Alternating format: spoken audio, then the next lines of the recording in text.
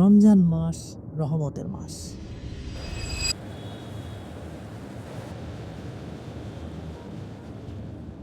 আর একজন ব্যবসায়ী হিসেবে আপনি তো আল্লাহর মেহমানকে খেদমত করছেন।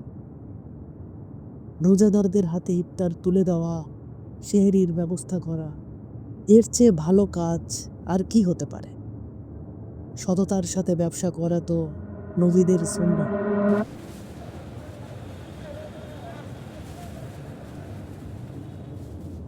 সকালবেলা ফজরের নামাজ পড়ে তসবিহ টিপছেন, আর বিকেলে সিন্ডিকেট করে মালের দাম বাড়াচ্ছেন। যে খেজুর দিয়ে মানুষ ইফতার করবে সেটাতে ভেজাল মেশাতে আপনার হাত কাঁপলো না? আপনার দোকানে তেল নেই? না, সব শেষ, রমজানের জন্য সবাই কিনে নিয়েছে। আপনি ভাবছেন তেলের বোতল লুকিয়ে যে কৃত্রিম সংকট তৈরি করে যে এক্সট্রা লাভটা করছেন সেটাই আপনার ব্যবসায়িক বুদ্ধি, কিন্তু আপনি ভুল ভাবছেন।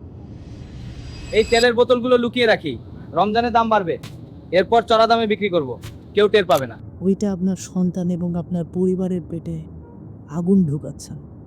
সারাদিন না খেয়ে রোজা রাখলেন, কপালে সিজদার কালো দাগ ফেলে দিলেন, কিন্তু আপনার গোডাউনে আটকে থাকলো হাজার মধ্যবিত্তের চোখের কান্না।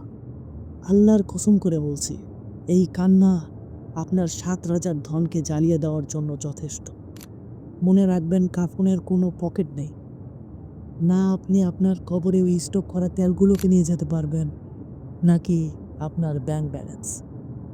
যাবে শুধু ওই অসহায় বাবার আত্মশ্বাস, যাকে আপনি খালি হাতে ফিরিয়ে দিয়েছেন।